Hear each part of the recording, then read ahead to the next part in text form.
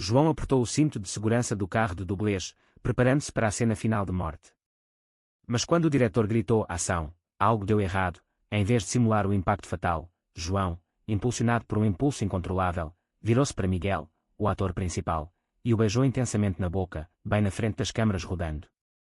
O beijo, capturado em alta definição, não só paralisou a equipe inteira, mas também vazou para a imprensa horas depois, transformando uma produção de ação comum em um escândalo nacional que ameaçava destruir carreiras e famílias.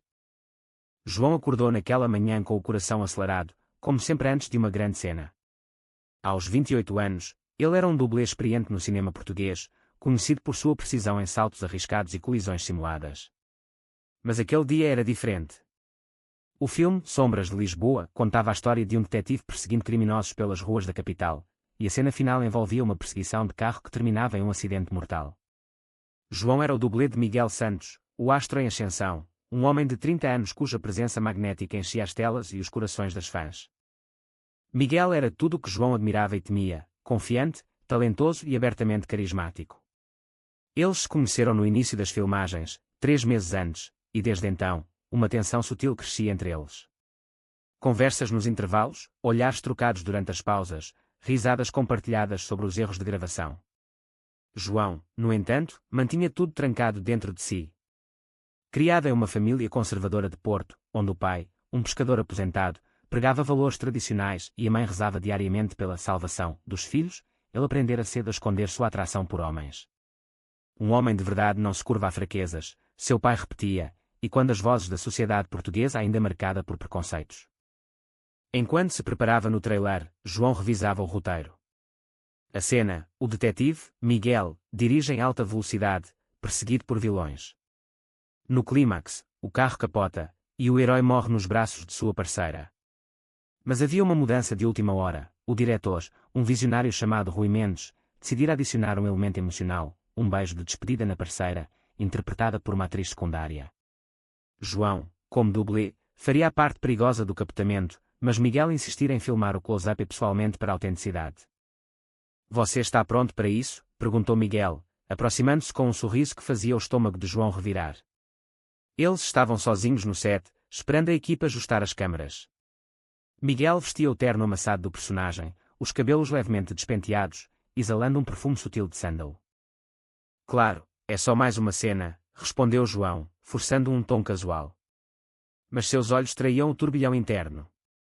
Ele se lembrava da noite anterior, quando, após um jantar da equipe, Miguel o convidara para um copo em seu hotel. "Precisamos conversar sobre a química na tela", dissera Miguel, com um brilho nos olhos que João interpretara como flerte. Eles falaram por horas, sobre sonhos, frustrações e a pressão de ser perfeito na indústria. João quase confessara tudo ali, mas o medo parou. O que diria sua família? Seu irmão mais velho, casado e com filhos, era um modelo de sucesso que ele nunca alcançaria. O diretor chamou todos para a posição. João entrou no carro, o motor roncando. A câmara principal focava no close-up. "Ação!", gritou Rui. O carro acelerou pela pista simulada, e no momento do impacto falso, João deveria fingir desmaiar. Mas algo estalou dentro dele, talvez o cansaço, talvez a repressão acumulada. Em vez de parar, ele se virou para Miguel, que estava ao lado para o take seguinte, e o puxou para um beijo. Não era parte do roteiro. Era real, cru, desesperado. A equipe congelou. "Corta! Corta!", berrou o diretor, mas as câmaras já haviam capturado. Miguel se afastou, olhos arregalados, uma mistura de choque e algo indefinível. João, ofegante, percebeu o erro monumental. "Desculpa, eu não sei o que deu em mim." Horas depois, o vídeo vazou. Alguém da equipe, talvez por maldade ou por acidente, enviou para um tabloide. As manchetes explodiram: "Beijo gay no set de Sombras de Lisboa, acidente ou revelação." João, em seu apartamento modesto em Alfama, via as notificações piscarem no celular. Sua mãe ligou primeiro: "João, o que é isso? Diga que é mentira." O pai, ao fundo, murmurava impropérios. Ele desligou, o peito apertado. Miguel bateu à porta naquela noite. "Precisamos falar", disse, entrando sem convite. Seu rosto, geralmente sereno, mostrava linhas de tensão. "Por que você fez aquilo?" Na câmara, João. Agora o mundo inteiro viu. Eu não planejei. Foi. Verdade, admitiu João, sentando-se no sofá desgastado. Miguel andou de um lado para o outro, processando. Eu também sinto algo por você. Mas isso muda tudo. Minha carreira, minha imagem. E a sua família. A conversa se estendeu pela madrugada. Miguel confessou que havia se questionado sobre sua sexualidade anos antes, mas optara por mantê-la privada para não perder papéis. Em Portugal, ainda há quem ache que um ator gay não pode ser herói romântico, disse ele. João contou sobre sua infância, as brigas com o pai, o medo de ser expulso de casa. Eu troquei minha vida por isso. Mas e agora? No dia seguinte, o diretor convocou uma reunião de emergência. O beijo fica no filme, anunciou Rui, surpreendendo todos. É autêntico, adiciona camadas ao personagem. Mas preparem-se para a backlash. João sentiu um misto de alívio e terror. O público reagiria como? E sua família? As semanas seguintes foram um turbilhão. Entrevistas, protestos de grupos conservadores fora do estúdio, cartas de ódio. João perdeu contratos de dublê, produtores o viam como polêmico. Miguel, por outro lado, ganhou apoio de comunidades LGBT, mas perdeu um patrocínio grande. Valeu a pena? Perguntou João a si mesmo, olhando o tejo da janela. A pressão familiar veio como uma avalanche. 2 dias após o vazamento, o pai de João, Manuel, viajou de Porto para Lisboa, batendo à porta com fúria. Você nos envergonhou, gritou, entrando como uma tempestade. Aos 60 anos, Manuel era um homem endurecido pelo mar, com mãos calejadas e olhos que raramente mostravam misericórdia. Sua mãe chora dia e noite. O que os vizinhos vão dizer? Que meu filho é isso. João ficou em silêncio, o corpo tenso como em uma cena de risco. Ele havia antecipado isso, mas a dor era pior do que imaginava. Pai, não foi intencional. Mas é quem eu sou. Manuel balançou a cabeça, recusando-se a sentar. Não é. É uma fase, uma bobagem de cinema. Você vai pedir desculpas publicamente, dizer que foi um erro de roteiro. Miguel, que estava no apartamento, interveio. Senhor, respeitosamente, não foi erro. João e eu sentimos algo real. Manuel olhou para Miguel como se ele fosse o diabo encarnado. Você, o ator famoso, corrompeu meu filho. Saia daqui. Miguel saiu, deixando João sozinho com o furacão familiar. A mãe ligou em seguida, voz trêmula. Filho, pense nós seus sobrinhos. Como explico isso a eles? A igreja, a sociedade. Portugal não é como esses países liberais. João sentiu o peso da tradição católica que moldara sua infância, as missas dominicais, as festas de São João onde casais heterossexuais dançavam sob fogos de artifício. Ele havia escondido namorados secretos, encontros furtivos em bares de Alfama, sempre com o medo de ser descoberto. Enquanto isso, no set, a tensão escalava.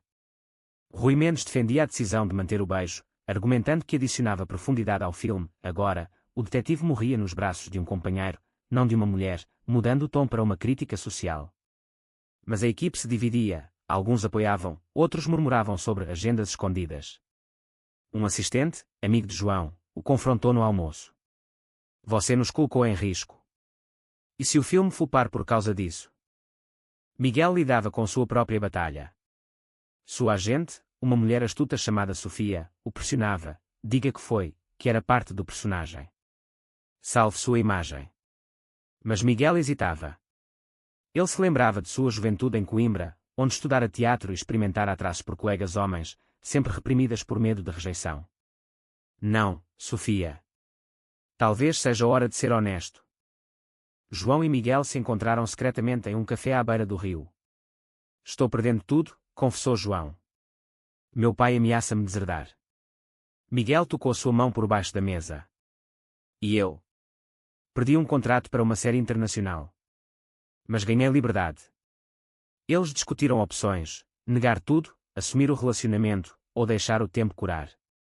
Mas a sociedade portuguesa, apesar de progressos como o casamento gay legalizado em 2010, ainda carregava vestígios de machismo e homofobia, especialmente em áreas rurais. Uma traição veio de onde menos esperavam. O irmão de João, Pedro, um engenheiro casado, vazou uma conversa privada para a imprensa. Meu irmão sempre foi confuso, disse Pedro em uma entrevista. Isso é influência de Hollywood, não de nossa família. João sentiu o golpe como um soco. Pedro, que ele admirava, o traíra por ciúmes ou medo de manchar a reputação familiar. O alto-trão se aproximava. O trailer do filme foi lançado, incluindo o beijo. Reações mistas, aplausos de jovens urbanos, vaias de conservadores.